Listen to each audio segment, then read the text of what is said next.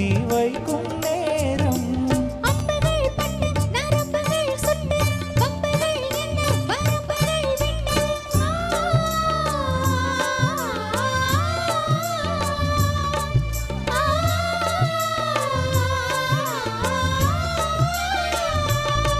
ஒரு நாளும் உனை மறவாத